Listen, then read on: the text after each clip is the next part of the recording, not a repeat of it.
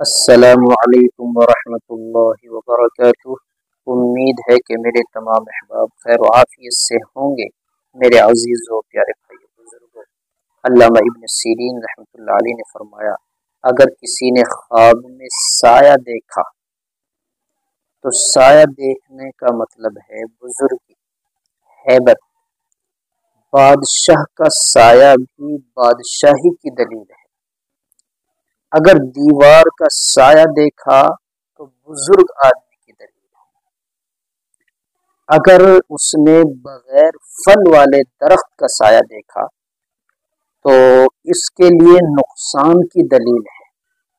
حضرت کرمانی رحمۃ اللہ علیہ نے فرمایا کہ اگر کسی شخص نے اپنے آپ کو دیکھا کہ وہ کسی سائے کے نیچے بیٹھا ہوا ہے تو اس کا مطلب یہ ہے کہ اس کی موت کا وقت قریب ہے۔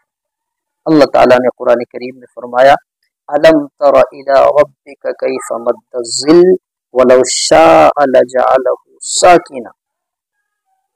حضرت کرمانی رحمۃ اللہ علیہ نے فرمایا کہ خواب میں سایہ دیکھنے کی کئی وجہ ہیں۔ ایک وجہ ہے ہیبت، بزرگی، منفعت، الوہیت، یہ کئی وجہ ہیں۔ تو خواب میں سایہ دیکھنے کی علامتیں الگ الگ ہیں، لیکن اگر کہیں سائے کے نیچے بیٹھا ہے تو سمجھ جائے کہ اس کی موت کا وقت بالکل قریب آ چکا ہے۔